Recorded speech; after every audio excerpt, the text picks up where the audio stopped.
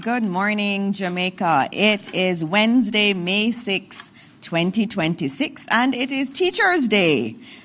And we're going to have lots of teachers who are celebrated today, and we're going to get to that later in our post-cabinet press briefing. But I have to acknowledge all of the wonderful people who are here today, and let me put on my glasses so I get it right.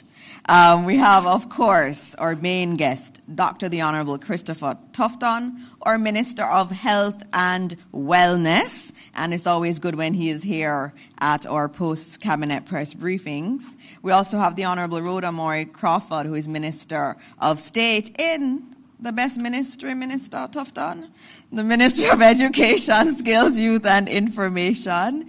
I know the PS is also supposed to be here. We have Dr. Jacqueline Bisesa McKenzie, our esteemed CMO, or Chief Medical Officer in Jamaica.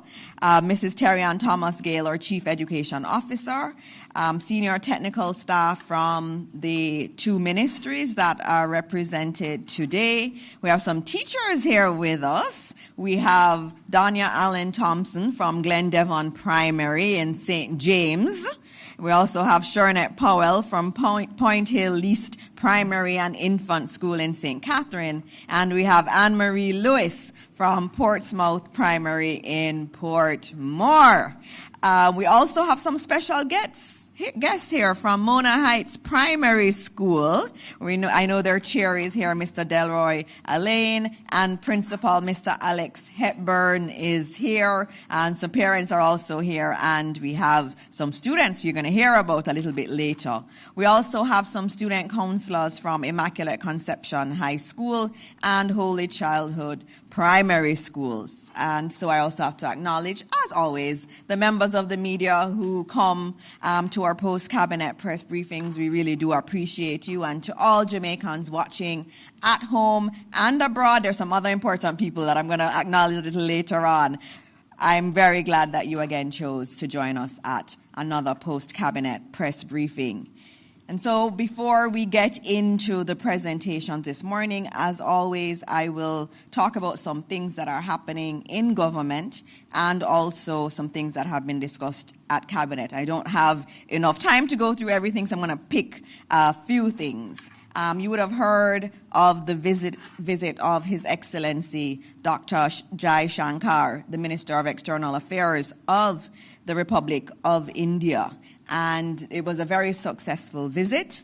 Several MOUs were signed, and they obviously signaled the strengthening of the relationship between Jamaica and India. These partnerships, particularly in health, renewable energy, public broadcasting, skills development, and technology are very important agreements, and it also includes the health and medicine area in terms of cooperation and exchange of personnel, and the solarization of the Hugh Lawson Shera building. The entire building, that is our Ministry of Foreign Affairs building, will be solarized, and that's really something we're looking forward to. And obviously a shout out to PBCJ that falls under our ministry. They are also doing a relationship where they're going to exchange content. So Jamaican content will be on Indian television, and Indian content will be on our public television station.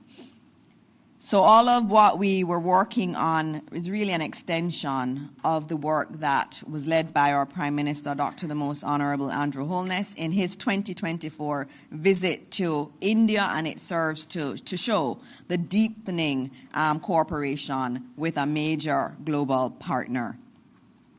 I should also note that the National After Action Review of the Hurricane Melissa response is underway. What is that about?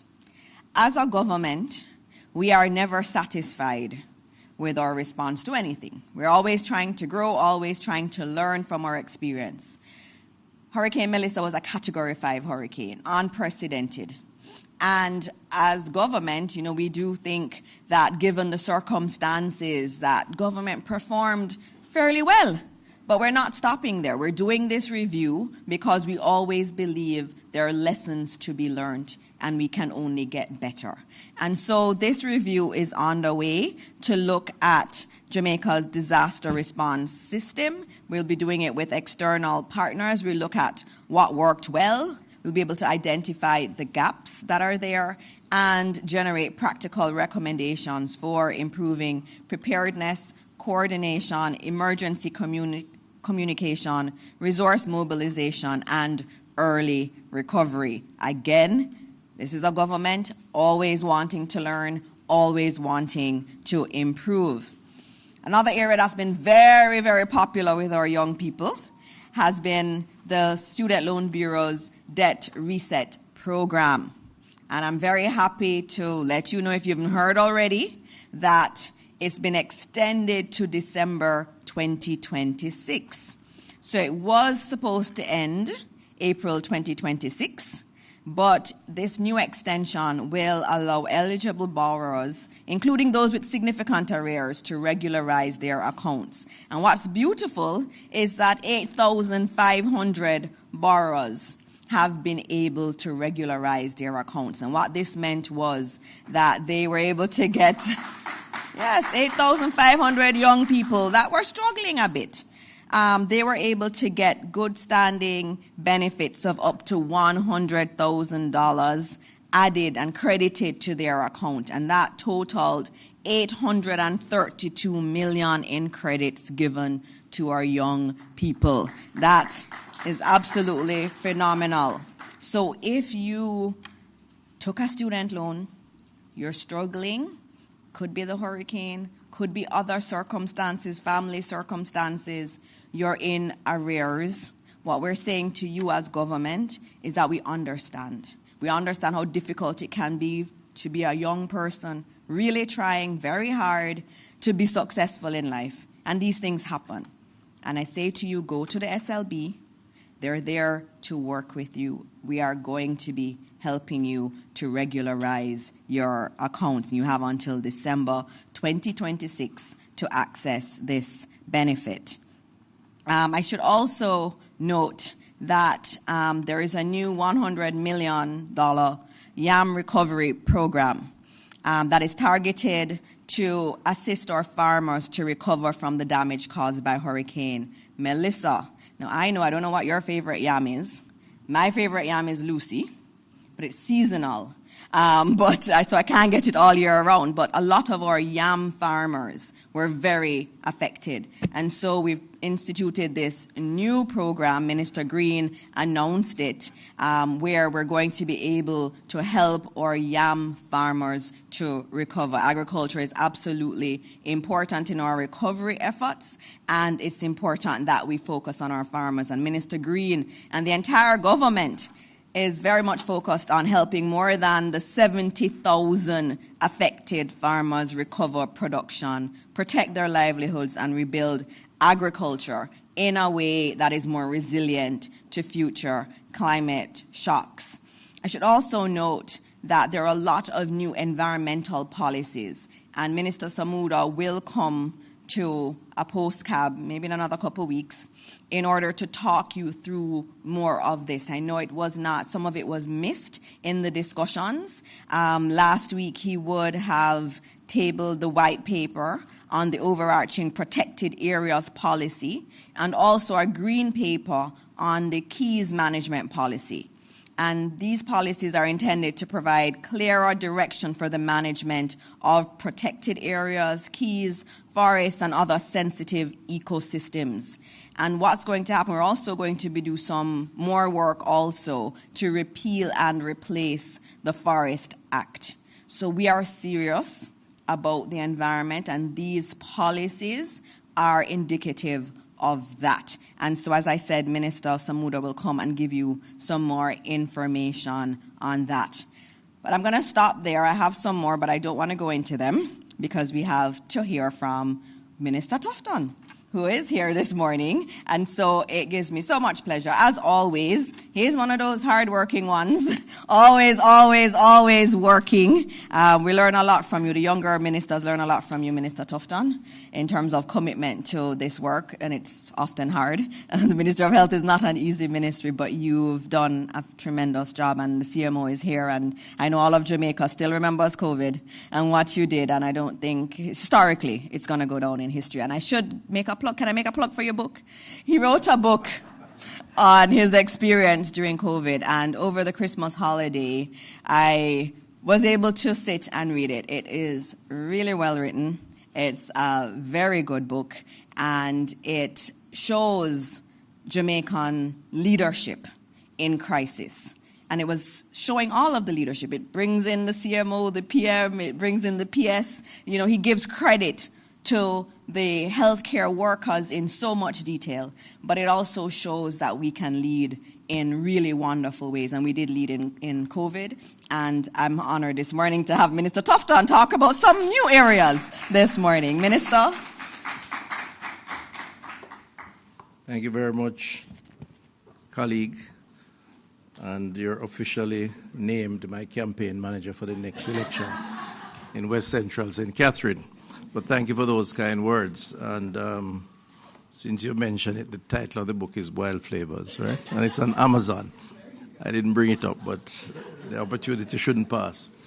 Okay, so good morning, everyone. Let me join my minister and colleague in just recognizing all the teachers throughout Jamaica, but certainly in the room.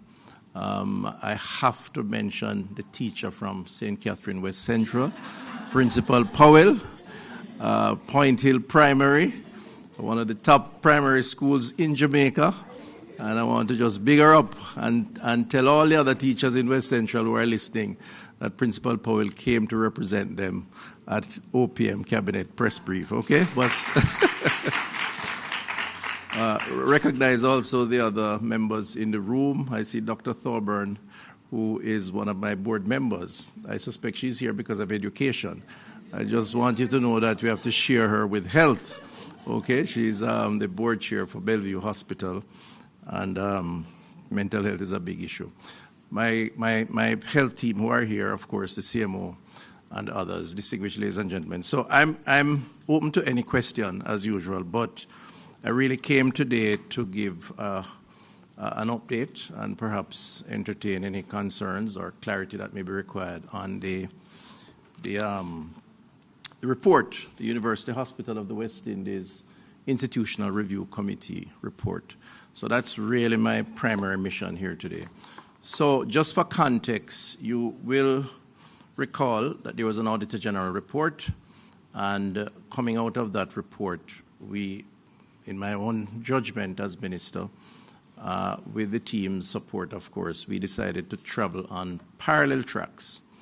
First was through the existing board, chaired by Mr. Patrick Hilton, to address the operational concerns of the identified in the report and to respond directly to those concerns, whether through the PAC or through the investigative agencies, MOCA, the Customs, and others and the Integrity Commission who are present within in the institution, University Hospital.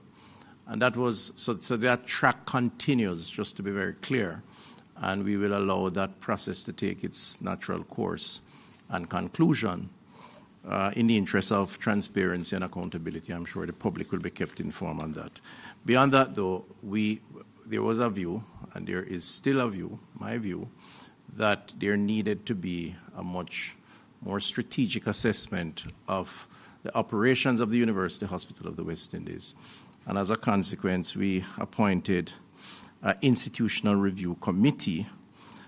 This committee for 4 months to do a high-level review into the operations of the University Hospital of the West Indies and to provide recommendations as necessary. So sometimes, the question has been asked, certainly in the immediate aftermath when I appointed the institutional committee, why two tracks? They are very different tracks, just to be clear. because one is focused on correcting the operational issues, as it is the board, the fiduciary responsibility of the board so to do, and the other is looking at the long-term structure to determine if there should be some restructuring, which that team led. So we do acknowledge the Ministry of Health the importance of sound corporate governance, accountability systems to ensure transparency and efficiency in the health sector, and we do acknowledge the fundamental principles also of transparency, value for money, competition, integrity, which underpin the GOG public procurement system, all of which to some extent was challenged by the Auditor General's report, as it is her right so to do. And we have accepted that report.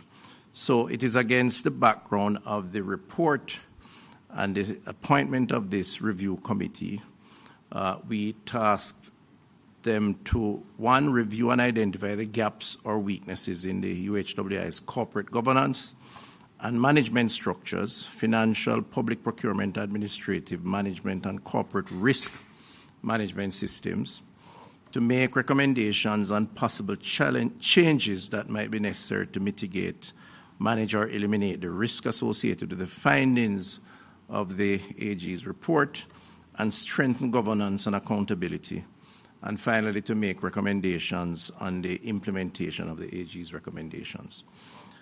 I want to just say too that the committee did a good job, and I want to just recognize them and thank them. And I just to recall for all of us the names: Mr. Howard Mitchell, who is a past president of the PSOJ, an attorney at law, businessman; Ms. Katie Ann Birch, who is a chief program officer at the Ministry of Health and Wellness, herself a lawyer by training; Professor Marvin Reed, office of the deputy principal at the University of the West Indies; Ms. Angela Robertson, an attorney at law; and Mr. Joseph Tuff, retired chief audit executive of the Grace Kennedy Group; and Professor Alvin Wint, emeritus professor of international business of the University of the West Indies.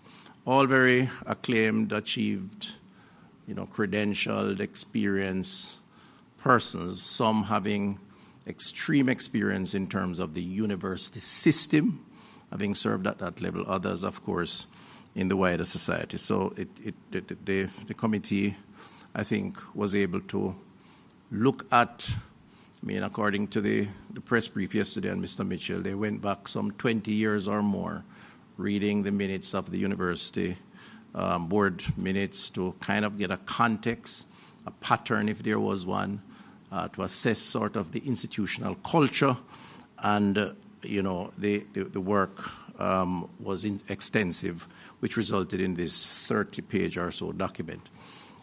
On Monday, I took the document to the cabinet, and we had a conversation around the findings. Mr. Mitchell presented to the cabinet, supported by Professor Wint, and the cabinet endorsed, supported the work of the committee, but also the recommendations of the committee. And so we have, certainly I have the backing of the cabinet to proceed to the next stage. And on Monday evening, I took the report with, again, Mr. Mitchell's support to the board of the University of the West Indies. And we had a long meeting Monday night going through the report. And the board signed off on the report and endorsed the recommendations of the committee. So just for the record. And then, of course, Tuesday we had a press conference, and the report is supposed to be on the website of the Ministry of Health and Wellness for all those who may seek to access the report. So the committee had several recommendations, and I'm just going to quickly go through them. The committee has recommended that the UHWI Act be amended to consider, among other things, the size of the board, the definition of ex officio membership, and language alignment with the Custom Act.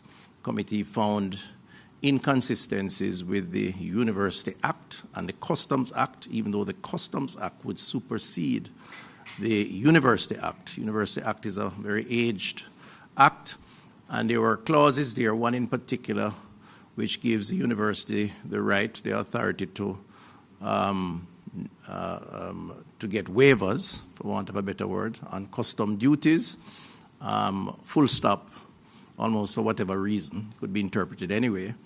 And of course, the Customs Act has a very different position. And that seemed to, in the view of the committee, created some possible confusion, even though a strict reading of the law would indicate that the Customs Act should guide those decisions. So there needs to be a review to align. Additionally, the committee has recommended to me for an independent body to be appointed for an initial 1 year to give oversight to the board to provide guidance on hospital governance, cultural changes, as well as the development of critical pathway to compliance, strengthening strategic management, including HR practices and medical education governance, was also recommended as a course of action for the hospital. Just to note, the committee is of the view that, and I fully support, that there may not be an entity in Jamaica that is able to provide the guidance that will require a cultural shift in the organization for an organization of that type. The University Hospital is a special creature. It's not like any other hospital. It's a teaching institution. It has layers of governance structures that involves the wider university system, UWI, which is very much represented at the level of the board, and of course it serves Jamaicans. It's not the free healthcare access that the rest of the health system is, but it provides a lot of free service because it doesn't refuse anybody. And so there are a lot of anomalies or differences that creates a particular special purpose vehicle. And as a consequence, according to the report, a lot of bad habits have been formed over time, and there will need to be some strategic guidance, even though the board is so well credentialed, very eminent people on the board. But culture and bad culture seem to have superseded some of those decision-making. It also asked for the committee noted the need for internal planning capability, consultative decision-making with clear authority lines. Some confusion there on authority. Does the University of the West Indies have greater levels of influence? It has 4 members on the board. I appoint 8. The rest are appointed by virtue of position, 18-member board.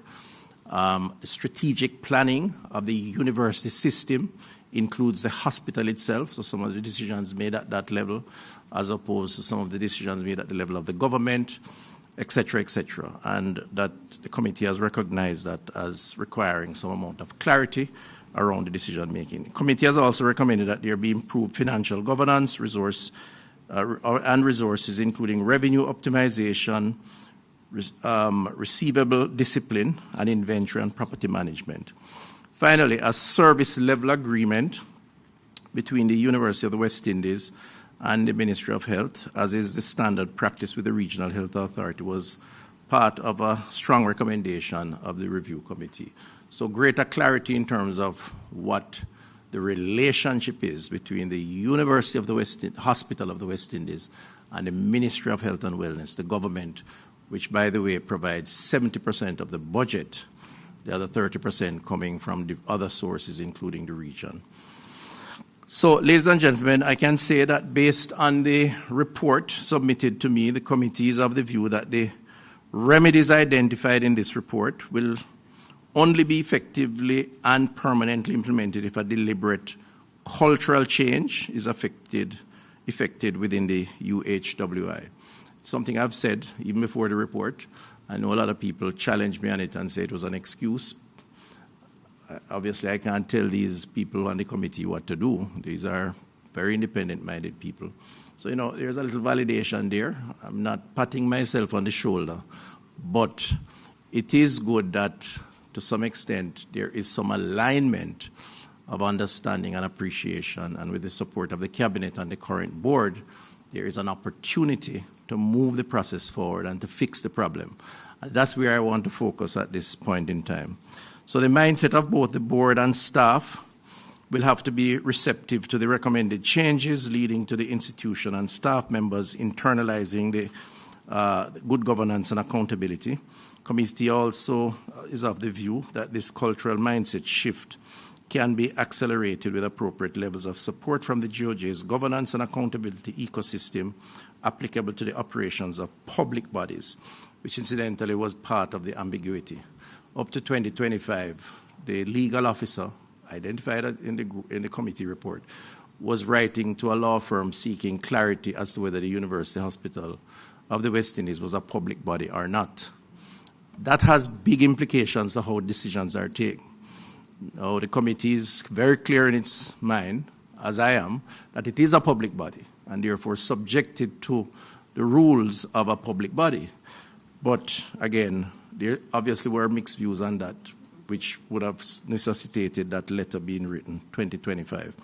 Given these key recommendations, the committee has outlined an implementation methodology, which includes translating recommendations into a sequence implementation plan, critical path, with owners, milestones, and dependencies, establish a regular reporting and review system, and prioritizing enablers, meaning governance clarity, strategic planning capability, procurement controls, internal audit, follow-up, and financial management discipline.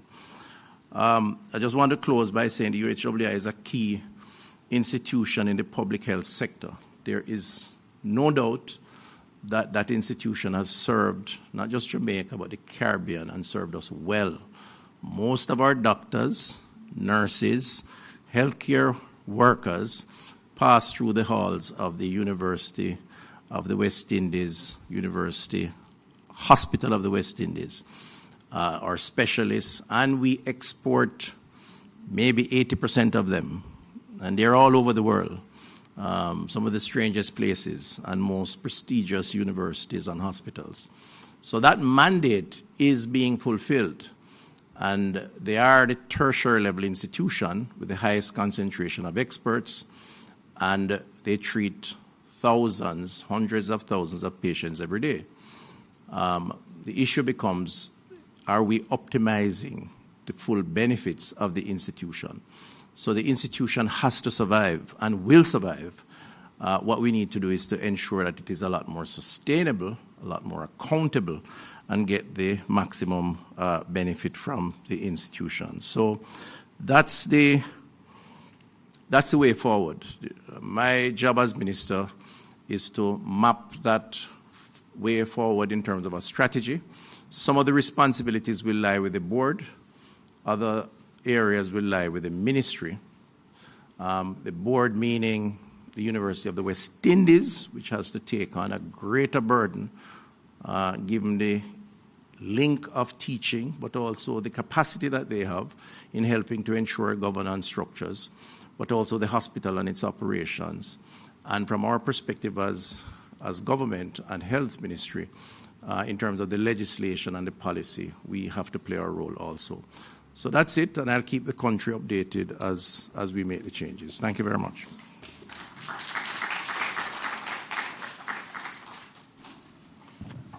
Thank you, Minister Tufton, and thank you to that team that did that review. Cabinet did spend a lot of time on Monday discussing that, the report, and it is something we take very seriously. The University Hospital of the West Indies is a premier institution, and it's very important in terms of the administration of healthcare in Jamaica. And as a cabinet, we endorsed what Minister Tufton was doing, his approach and the recommendations, and we will be getting periodic updates in terms of the implementation of those recommendations. We take it seriously, and I thank Minister Tufton for leading and getting that team together so quickly to do their report. And you heard it. They went back 20 years and looked at board minutes just to get a feel of the place. We really want to thank Jamaicans who put themselves up for service like that. So thanks, Minister Tufton. Thanks to the team. I'm going to move to our next guest, and our next guest is me, because I'm going to be talking about education, so I can't really introduce myself. But we're going to do a little bit on education this morning, and there's some very important people here.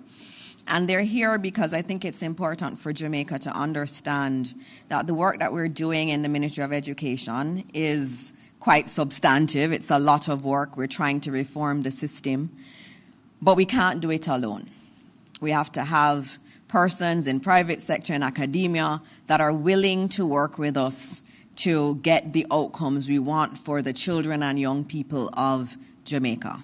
And so I wanted to introduce some of the wonderful persons in Jamaica who have agreed to assist us in the Ministry of Education. It means it's not just, me and the Minister of State and the PS and the CEO and the others. We have other people. We have Banquet now, right? And so I wanted to introduce to Jamaica some of those who have put their hands up and said, yes, I want to see my education system get better. And we are here to work with them and to take their expertise and put it into our education system to help us to move forward. And so I want to start with Mrs. Camille Facey, CD. And she is going to be the new chair of Heart NSTA Trust.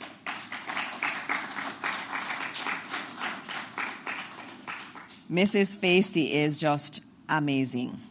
She has decades of legal insight. She has been she's probably the lead of governance in the Caribbean, the lead voice around governance in the public sector, in private sector. And she is someone who believes deeply in the role of the private sector in assisting government in having programs that are relevant. Because that's very important. As we are training our children, and you hear, Heart is going to be free up to level 5. That's a big deal. But we need our young people to be channeled in the right direction. And that's why it's important that the private sector has a big voice in what we are doing. And Mrs. Facey is also an executive of the private sector organization of Jamaica. And so that relationship is being bolstered. And so we know with her governance expertise that we will use the funds that have been allocated to Heart NSTA Trust properly. And there will be proper systems in place. Knowing her as chair, I have no worries that the audit committee will be meeting and doing its work. No doubt about that at all. And so I want to thank Mrs. Facey for agreeing to do this. It's a big role, and we're expecting a lot from the Heart NSTA Trust. But we know that we've put it in good hands through you. The next person I wanted to introduce you to is Dr. Diana Thorburn. And she is a brilliant researcher, and she is the chair of the Child Care and Protection Council, and she's also the chair of the CPFSA, or Child Protection and Family Safety Service Agency, CPFSA. She is the head of the advisory board. You've been hearing about advisory boards a lot with NARA, don't it? I can't not talk about advisory boards. So what does an advisory board do? An advisory board advises the CEO, not the minister. So the minister appoints the board, but the advisory board does not advise the minister. They advise the CEO of the entity. But she's also the chair of the CCPA Advisory Council, which has a much more robust mandate, and that's given in law. And both things actually intersect with each other. So it's really good to have the same chair for both entities. Dr. Thorburn has done a lot of research over the years on things related to child care and protection, and she is going to be helping us quite a bit in getting through new legislation. The CCPA needs to be amended. That is a key focus of ours. I should also note to Jamaica that the Adoption Act, something we've spoken about for a long time, is a priority, and Dr. Thorburn is leading on that with the team and assisting us to move those forward. It is important. I've heard in the public domain some discussions around adoption. It is something we are going to fix. We are committed to fixing it. It has needed fixing for some time, and we're going to get it done. And I thank Dr. Thorburn for her work in marshalling that and other areas. And I'll tell you some other things we're going to be doing. Also, we have Mr. Stuart Jacobs, who is the president of the National Parent Teachers Association, amongst many other things. And he is also chair of the National Parenting Support Commission. And he has a big task. Parenting is a big concern in our country. And I can tell you that from my role in the Ministry of Education. Talk to any teacher across this country and they will tell you about the breakdown in parenting. When our teachers try to discipline a student, in many instances, we have parents who will say, no, you cannot do that. They're looking out for the best interest of our children. There's an issue with parenting in our country, and we have to find solutions to it, or we're not going to get the outcomes we want in our education system. Our teachers are being asked to be parents quite a bit, and I heard the teacher saying yes in the audience. They know what we're going through. It's very, very difficult. And so the role of the National Parenting Support Commission is critical because we have to address that. I also want to introduce you to someone who doesn't really need introduction, Mrs. Nicole McLaren Campbell. And we're looking for talent. Anywhere you are with talent and want to help, please put your hand up. We're here to take it. And she is just an extraordinary Jamaican entrepreneur who has done quite a bit in terms of the education area and who is well respected globally for her work with young people, especially in preparing them for exams and to go into colleges around the world, the elite colleges around the world. And that's what we want, really, you know? We want our children too, irrespective of where they're from, to have those dreams and see those dreams be a reality. And so for her to want to help us in education is a big thing. And we really want to thank her for saying yes. And her role is an exciting one. She's going to be the chair of the Jamaica Library Service. So I'm bringing in energy, youth to it. And she is going to be reimagining the Jamaica Library Service. It is something that we need to think about in a completely different way. It has value. Around the world, libraries have rethought their role in the community and have done fabulous. And that's what we want in our country. And that's what Mrs. McLaren Campbell is going to be doing, that with all of her dynamism and her knowledge and creativity. I also have Professor Andrew Spencer, who is the head of the Caribbean Maritime University, and he is the chair of the National Education Trust.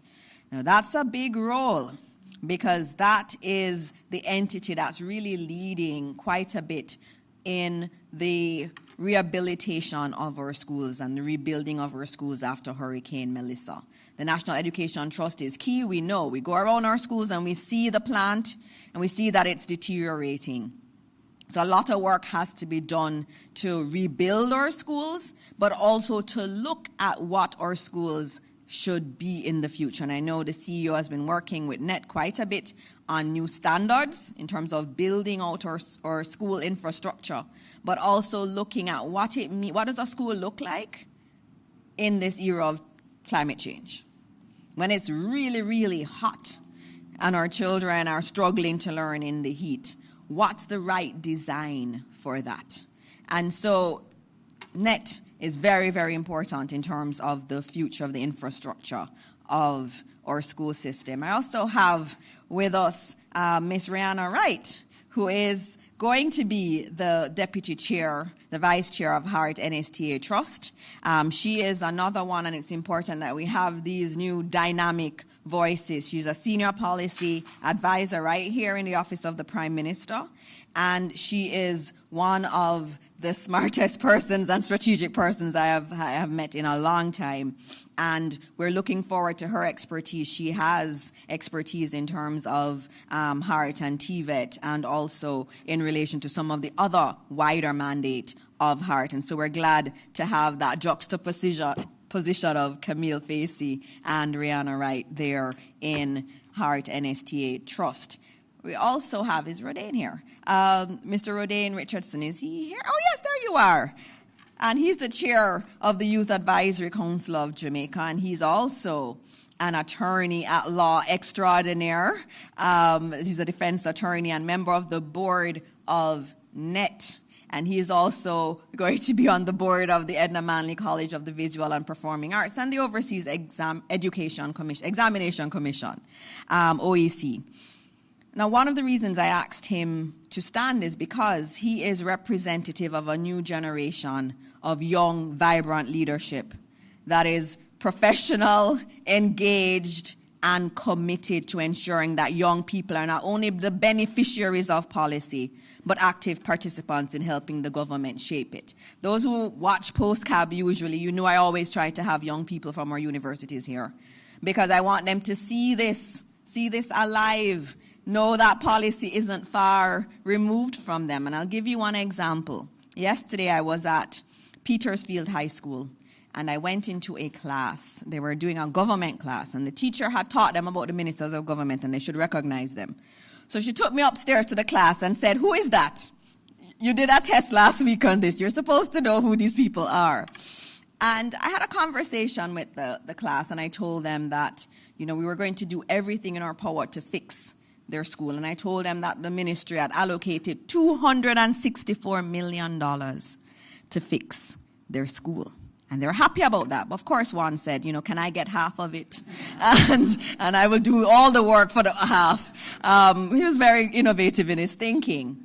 But I took the opportunity at that point to say to him, that the 200 and odd million that we are allocating to your school is not the Ministry of Education allocating it. It's actually the taxpayers. And then we had our discussion about taxes and what taxes mean and why it's important that we pay taxes, because that's what's repairing his school. And so it's important that we do things like that to ensure that our children understand policy and understand what we are trying to do here. So be able to hear our Minister Tufton, know that there's a problem at a hospital, and how you actually work to fix it, how you strategize around it, how you study the problem, and then you come with solutions. Our young people have to understand that, and we have to build them as board leaders from now. And when we identify them, we need to do that. I also want to acknowledge Mr. Donahue Martin, another young, amazing attorney. We have such good attorneys and young attorneys. I mean, the future is bright in this area. And he's a prospective chair of the Council of Community Colleges. This is a very important body because our community colleges have historically been very important in our communities. And we have to ensure that that role is maintained. They are very important in even some of the skills training programs that we need rolled out across the country. And so we need a lot of energy there to reimagine and re-envision all of these community colleges, and that council, the work of the council is going to be even more important as we position our community colleges as engines of opportunity for young people who are seeking to advance and looking for more practical and affordable routes to that advancement. We have some other persons who are not here in the room for me to acknowledge. There is Mrs. Andrea White Walters, who will be the chair of the University Council of Jamaica, and Mr. Malik Kalia, vice chair of the University Council of Jamaica.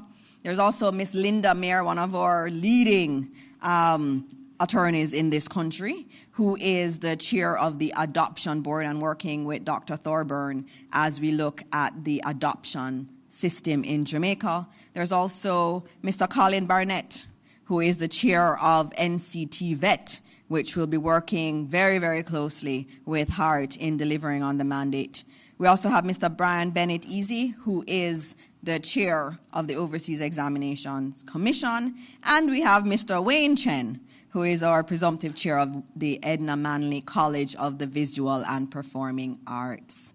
That's a lot of people. A lot of people who have put their hands up for the children of Jamaica and the future of Jamaica. And I really want to thank them. They're all very busy. They don't have really time for this, but they've made the time. They've made the time because they understand that if we get education right, and our agencies, the agencies of the ministry are important. And so we have to have them performing very well. I just wanted to note also with our young board members, it's not just the two you met today who we're not just putting them on the board, we're giving them big titles too. We are looking at several other young people.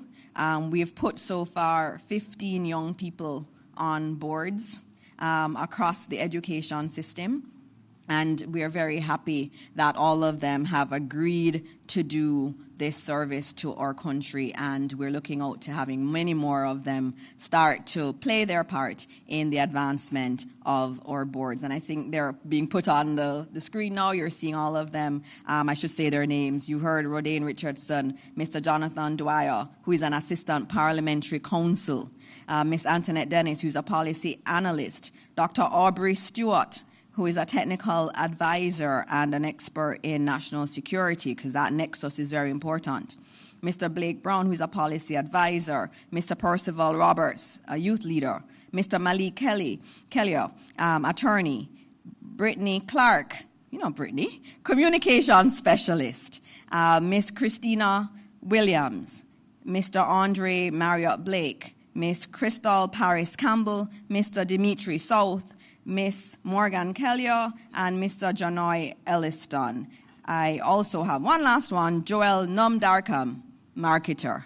So there are a number of young people stepping up to the plate, wanting to assist us in governing our system, and we have said, yes, come. They have to learn, they have to start learning from now. We want them on the boards from early. We need to create the next generation of leaders for our boards, and that's what we're committed to in the Ministry of Education. And I want to thank them and thank all of the board leaders who are here today. I'm going to stop there because I've said a lot, and we need to do some Teachers' Day things after. So I'm going to open up to the questions from the media at this point. And I figure, Minister Tufton, you're going to have to come up here. Go ahead. Mr. Brown, where are you starting this morning? Good morning, everyone. My name is Blake Brown. We are now open for questions. As per usual, if you have a question, please raise your hand and remain standing until your question has been answered. Good morning, everyone. Good morning. Let me say Happy Teachers' Day to all the teachers in the room. Question to Minister Dixon and then Minister Tufton. So, Minister Dixon, you spoke earlier. I'm Akimar from CVM News, by the way. Good. You spoke about fixing schools, and one school that is in dire need of repair is the Haile Selassie High School, which sections of that school has been in disrepair before Hurricane Melissa. Like, for a school like this, given how significant it is, not just for the Rastafari community, but Jamaica's culture, can you say if there are any plans in place to increase the funding given to the school? All right. Okay, that's a trick question. No, because there are many ways to answer it. There are many layers to it.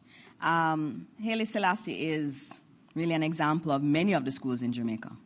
There are many schools where we see failing infrastructure. And it's important that we move a lot of these schools forward. You would have heard, I don't know if you heard, on Friday in the Senate, I would have spoken about a big investment program that we have for our schools across the country. And I was noting in that's work to fix schools that needed big fixing. And it was in our public investment and approval system for several years, and before I could get it out, to get the funding from the Ministry of Finance to fix these schools. The procurement process is one that has been difficult and challenging. But for all of our schools that need significant work, the ministry is committed to all of them. And I think we've been speaking to the principals of all of them, and I know the CEO is here and she can give you more specifics on that school. But it's many schools. I mean, there are 1,000 schools in Jamaica. A lot of people don't realize how many schools the ministry, public schools, that the ministry has to treat with it, 1,000 of them. And a lot of them were damaged by the hurricane. And what we've done with the hurricane is to prioritize those that are the most damaged so that they will get their facilities fixed quickly. So you would have heard me speak about Petersfield, for example. Petersfield, that amount is a lot of money. $264 million is a lot of money for one school. But that's what's necessary for that school. I went to the primary school too, Petersfield Primary. And at that school, everywhere needs fixing. There are buildings that need to be torn down at that school, and you start all over. It's a huge investment that's needed across the system. And that's why when we're building the new schools, the new STEAM schools, we have to make sure that we build them for longevity and that we build them with climate change in mind. And that's the commitment that we have. I don't know if CEO, you wanted to add anything specifically on Haile Selassie or PS? Yes, PS, come. Because I think many schools would ask that same question. Yes. Many would. Thank you so much, Minister. Good morning, Minister Tufton. Good morning, everybody. Just to share a little bit, Minister has tasked us some more, so perhaps that's why she's hesitating, but I'm going to venture a little bit. We're going to be looking at Haile Selassie and other schools with the thrust for equity. There are some schools that need more. So our standard ratio that we use to fund school, we have been asked by our minister to review that for this year. We have sent to her already a framework, but she has sent us back to do the consultation. So the CEO is leading the consultation with our principals and board chair to come back to minister with a proper formula to ensure that those schools that have small numbers, that we can give them more in the new academic year. So yes, Haile Selassie is on that list. All the schools that are experience very low enrollment rate. But I think he was asking about fixing the school too. Right, I'm just looking at all the funding coming down, so they will be looking to see something more in terms of our operational funding. Infrastructure, yes. So we're going to be meeting with our schools to inform them for the new academic year what they will be getting in terms of their overall funding plan, maintenance, infrastructure, operations, and differentiated opportunities. So it is an entire new package for them. We are aware of the challenges at Haile Selassie. We have met with the principal. I personally met with the principal, and we have spoken about, let us see what the programs that you will need to implement for that institution and come so we can look at that from a different perspective, because the students there need more than an ordinary school would need. So I've spoken to her personally about that. So we're looking to see what they will be coming with based on their assessment of the students, and then we will see how we can resource that so they can be effectively implemented. So it's an entire review that we are doing, and you will be hearing more from our minister when she speaks. Yeah. I'm just letting you know, we were going to do it this morning, but we don't have enough time today to do it because it's a fundamental change. What I can say to you is that we've always said, and I've always said, that my commitment is to the early years. If we fix the foundation, then everything will flow from that. And so in the new funding model, you will see significant increases in allocations to those at the infant department and at the primary school level. But we're going to come with the details for you. So my next two questions would be for Dr. Christopher Tufton.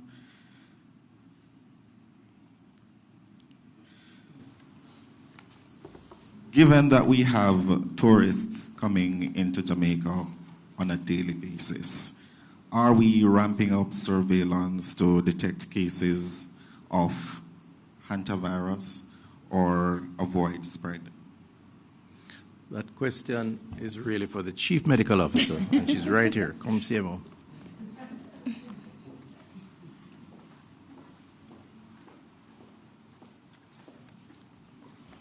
Hi, morning everyone.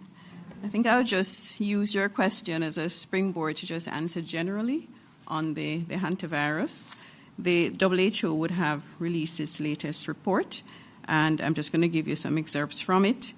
on May the 2nd, 2026, a cluster of passengers with severe respiratory illness aboard a cruise ship on the coast of Africa was reported to the WHO. And the ship was carrying 147 passengers and crew. On the 4th of the 5th, 7 cases were reported, 2 lab-confirmed hantavirus and 5 suspected cases. And of these 7, there were 3 deaths. So hantavirus is it's a family of viruses that cause severe illness and can cause death. And in humans, it leads to the hantavirus pulmonary syndrome, hantavirus hemorrhagic fever, and renal syndrome. So, and these illnesses are severe illnesses that can lead to death. We generally start out with fever, GI symptoms, progression to pneumonia, acute respiratory distress syndrome, and shock. And the management, as on the ship, has been case isolation, medical evacuation, of course, necessary investigations, and really getting persons to the critical care that they need.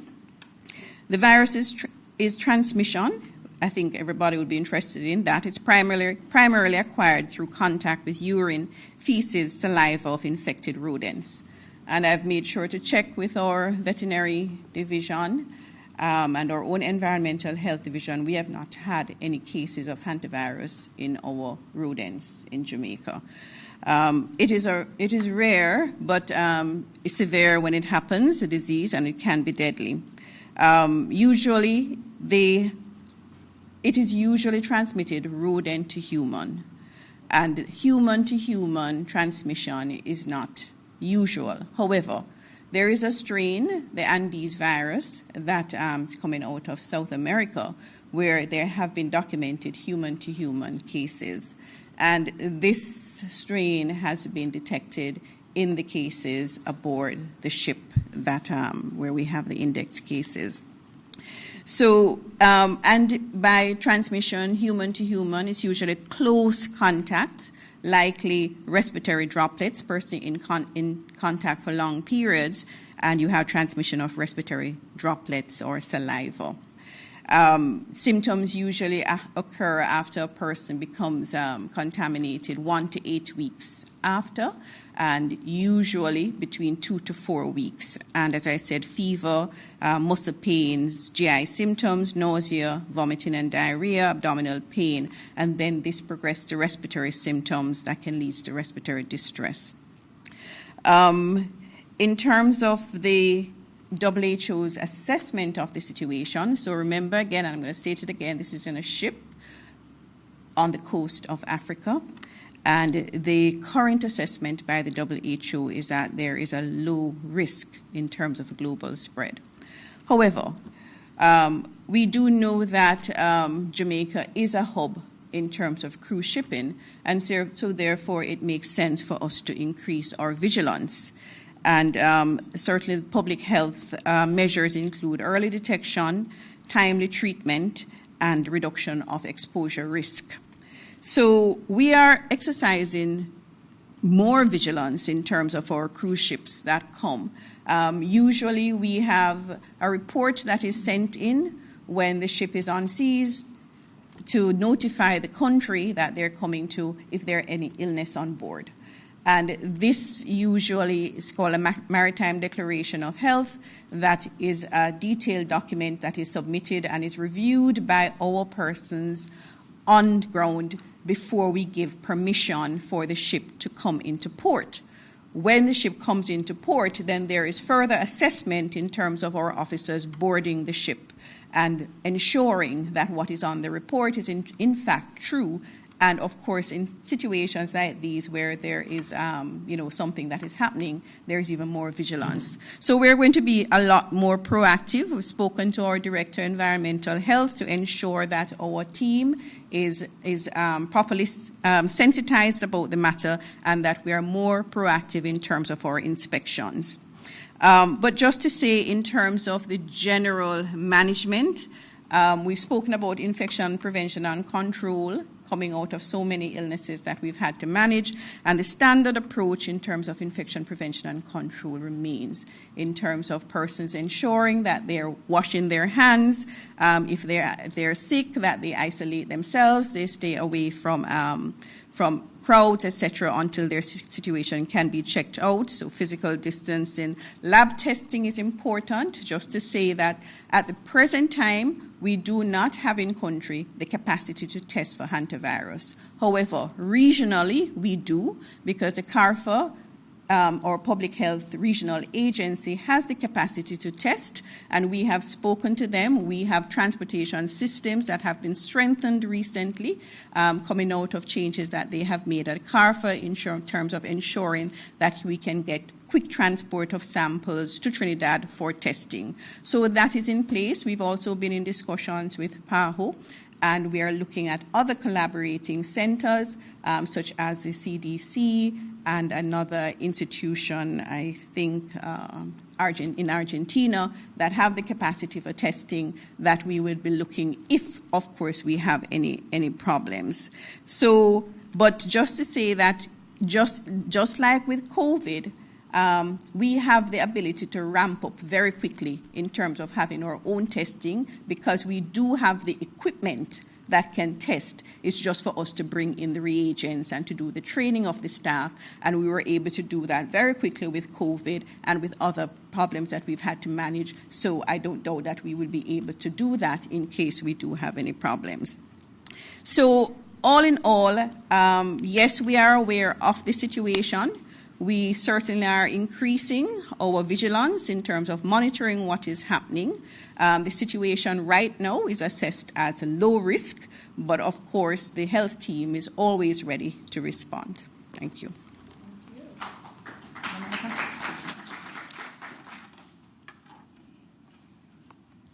Good morning. Good morning. Good morning, Minister. Sashana Small from the Gleaner. Minister, there has been reports that Greater Portmore High has suspended its Path Lunch program.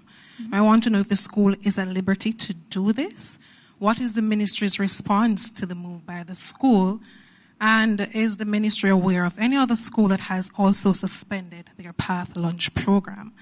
And secondly, we're 2 days away from the last deadline given by the government for the removal of shelteries from schools. Is everything on track for that deadline to be met? All right. On the first one, the CEO, the Chief Education Officer, will respond. But in terms of the deadline, when I spoke to Minister Mackenzie, he said things were on track for that. Yesterday, I was at Petersfield High School, where the shelteries are, and they've actually commenced the move. And so there's a new facility that's being prepared, I know was being prepared, and that is in train. So, you know, as far as I know, we are on track for that. If anything changes, I'll let you know. But as far as I know, it is on track. And then on the Greater Portmore question, CEO? Good morning, everyone. Let me join and wish all our teachers happy Teachers' Day as well. That's quite unfortunate what happened at Greater Portmore. Our principals are leaders of the institutions. There are funds that are still within an institution that can be used at all times to ensure that our students are fed. It is a policy of the ministry that no child should come to school and not be fed. All part funds have since been in all accounts for all our schools. So, the schools can suspend the program? That's not allowed. That's not allowed. As leaders in our institution, we are to make the necessary arrangements to ensure that our students are fed at all times. The ministry is here. This was I was made aware of it in the media. At no time did I receive a phone call that there was this issue. So is the ministry currently investigating as to what led to the school suspending the program in the first place? And will any action be taken against the school? Well, the school has a board, and the region is currently doing their own investigation. And if I may ask another question to Minister Dixon. Will the government be appealing the Constitutional Court ruling on Bengal mining permit? And in light of the court's judgment, does the government now believe it should review the role or the authority of ministers to overrule decisions of regulatory bodies? All right, so let me start with, this is a post-cabinet press briefing and what we discussed in cabinet. We briefly discussed the ruling, and it is my understanding that the Attorney General's chambers, they will be appealing. That's my understanding. In terms of timeline on that, I can find that out and get that back to you. In terms of the implications of it, we've not been able to go through, I know I personally have not gone through the full judgment, and that's not been brought to cabinet for us to look at what are the implications coming from it. But what I do understand is that from my discussions with the Attorney General is that the ruling will be appealed. Thank you.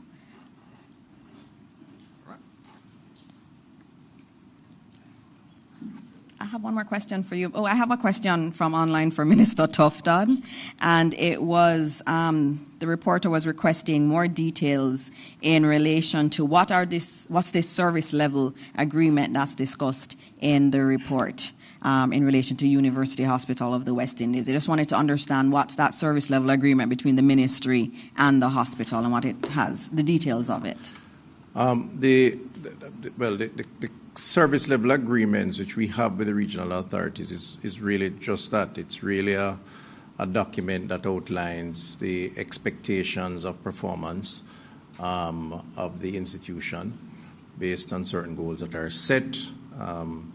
Essentially in exchange for the support, the financial resource support that the institution would benefit from. The university service level agreement may be different from the regions because as I said earlier, the institution is a different type of institution, particularly as it relates to training.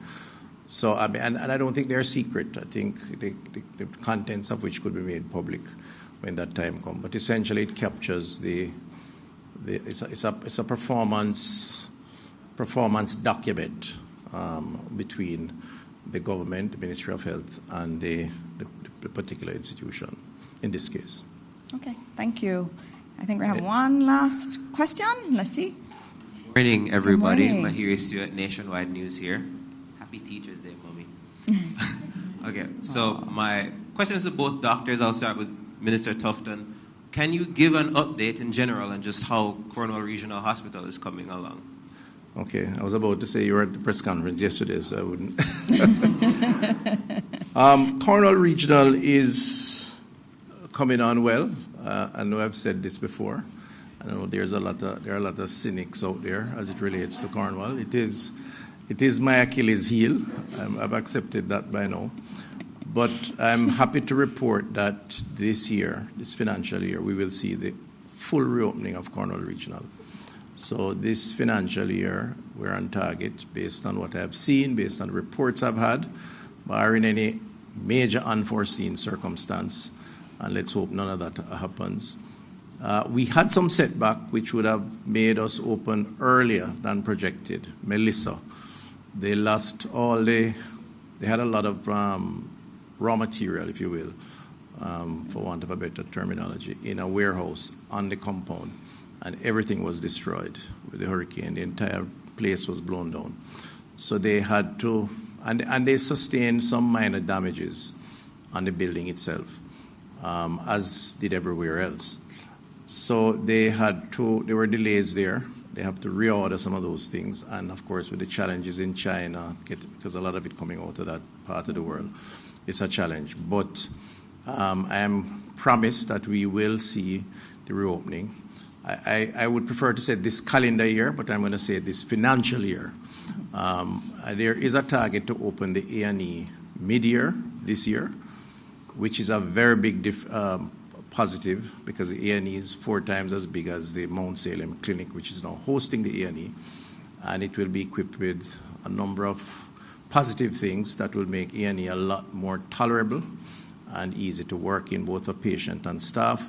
And it would free up the Mount Salem Clinic to be restored to a health center, which it was prior to the collapse of the institution. So we're looking forward to that. So this financial year for sure. Right, thank you. And question to Minister Morris Dixon. earlier you were speaking about the Adoption Act and the fact that you believe there should be a couple changes to it. Is there anything in general that you can remember right now that you'd like to see tweaked? All right, so there are a lot of things that need to be tweaked. I think anybody who has ever tried to do an adoption in Jamaica understands that it needs to be tweaked. Big time. I can say I was once on the list, and I am a foster parent, so I've been through the system, and fostering isn't even legislated in law. So we have to look at how we can make the process go quicker. We have to look at, obviously, the right of the parents versus the right of the child and how we can move it along more quickly. We have a lot of children in state care, and we all know that the best place for our children is in a home with a loving family. It's a family structure that you want them in. And so we have a responsibility to move that along more quickly. But legally, based on the Adoption Act, we're not able to move it at the speed we want to from that basis. So we have to fix the law, and then we have to fix administratively everything in CPFSA to make it move more quickly. So we're going to do that. So it's really about facilitating faster adoptions in the country, and also about adding a framework around fostering, which currently does not exist in our country. So those are some of the key areas. It makes sense, too. One of the things we're exploring is rolling everything into the CCPA, because the CCPA, the Child Care and Protection Act, I mean, when you think about it, it would be thinking about adoptions, fostering, and so we're looking at putting everything under that one umbrella. So it's going to be a big piece of legislation, and we're going to take it to a joint select committee because we know a lot of Jamaicans do have an interest in this area, and we want to be able to ventilate any changes that we're going to make. All right, thank you. Thank you, Minister Tufton. All right, always good to have you. Come back soon. All right, so yesterday was, there's one more? One more. Oh, there's one more. Is it for Minister Tufton? No, for you, from one of our students. Good morning. I am Simone Fanti, representing the National Secondary Students Council. Before I start, I want to say Happy Teachers' Day to my wonderful teachers at the Holy Child High School. Oh, you're at Holy Child High. My question. So you mentioned earlier that the Hard Trust NSTA trust levels will be free starting this June. What are the strategies in place to drive enrollment, especially since issues such as program delays and inconsistent timelines have made many young persons like myself hesitant to jump onto this wonderful opportunity? Oh, thank you. And I have to say thank you for being here. Just to note that the National Student Council decided, they called and they said, we want to be here this morning, can we come? And of course, there's security arrangements and all, but we made it happen. And that's what we want. We want our young people to want to come to a post-cabinet press briefing to come and ask me a difficult question. So thank you for that. But in terms of HEART, NSTA Trust, there are some administrative difficulties. And I'm one that will tell you, honestly, what's working, what's not working. And we have to fix some of those. And we've heard from our students, sometimes there are delays in terms of the lecturers and in terms of when the program is supposed to start. It was to start at a particular date, and then that gets pushed back. I know what you're saying. So we have been looking at that, and we have to make it a lot more streamlined and very easy for you to know when courses are going to start, have the application process be a lot smoother and simpler. All of that is the purview of HEART, at the administrative level. And what we're asking the board to do is to make sure that that is, in fact, the case.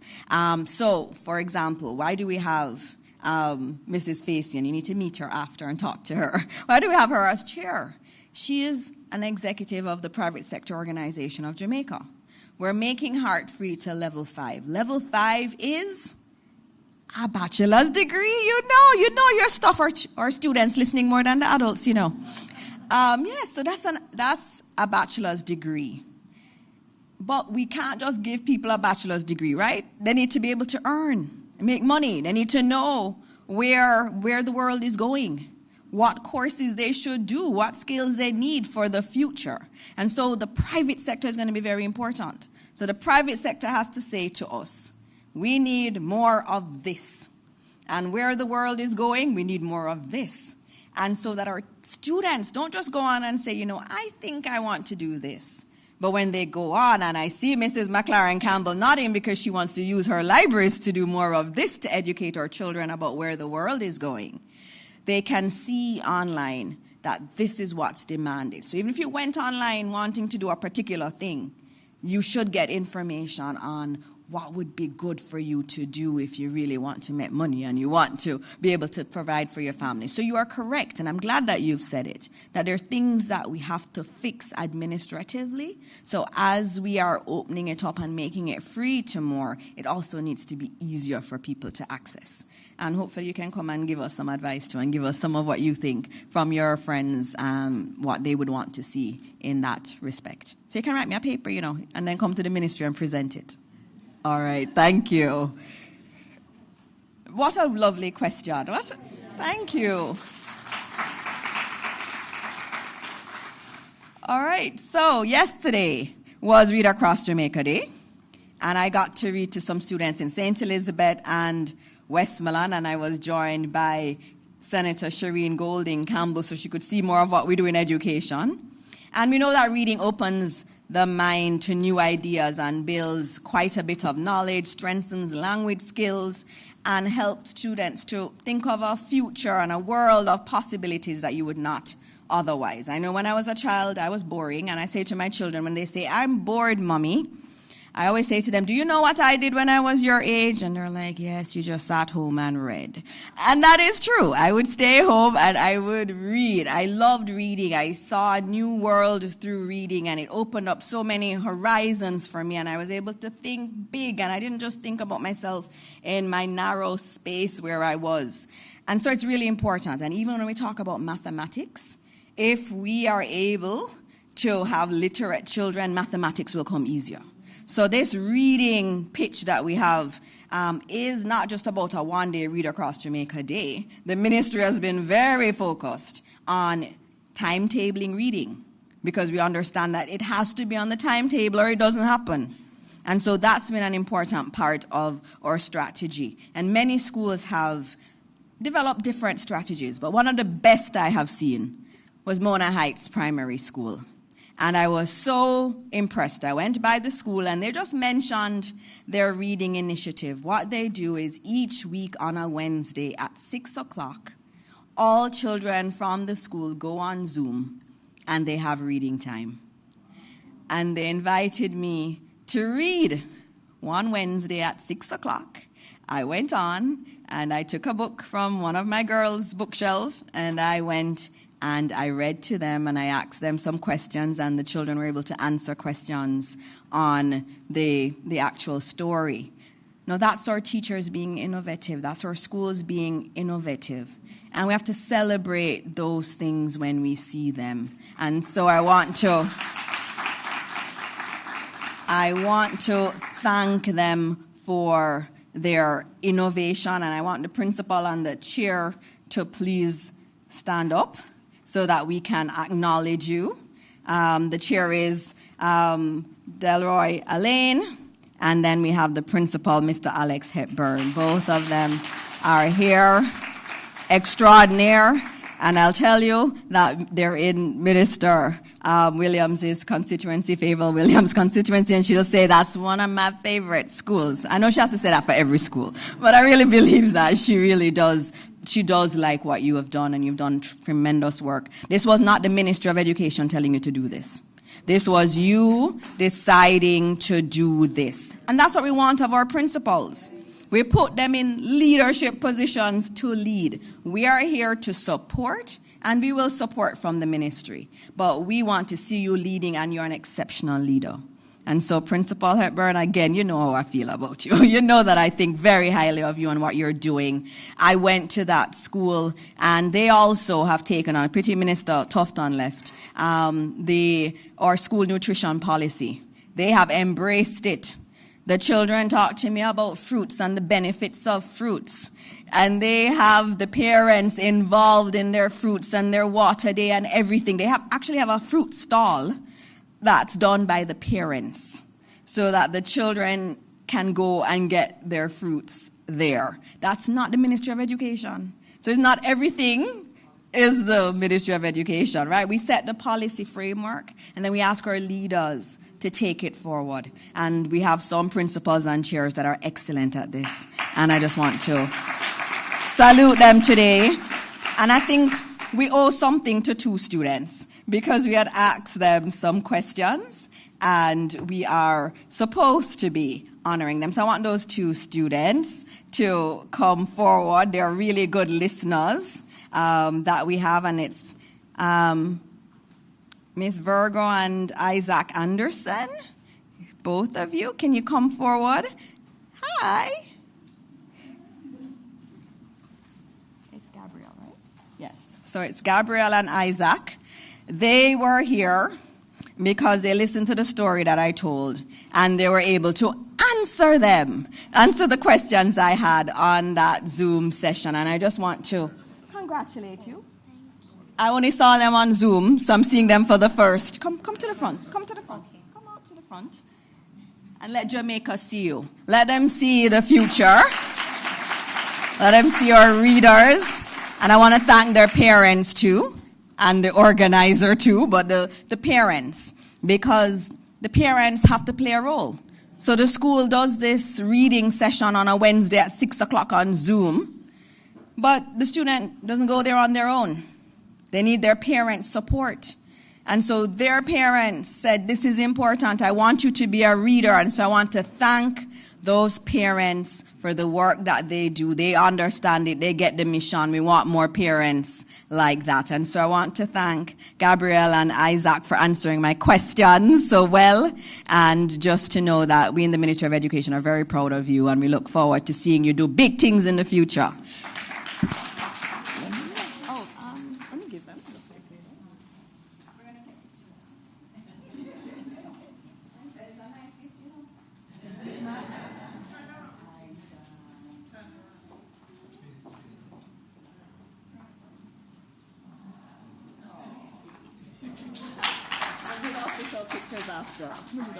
Thank you. Thank you very much. We're going to do the official pictures after.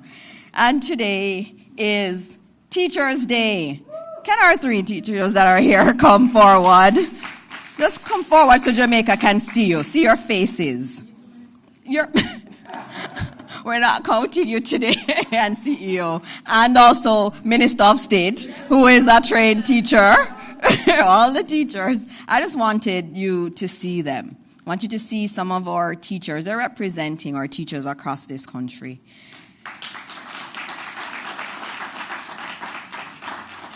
It is good to have them here at Jamaica House, where we can say thank you to them, and they can say to all the other teachers that they were here and that we thanked them. They deliver more than lessons every day.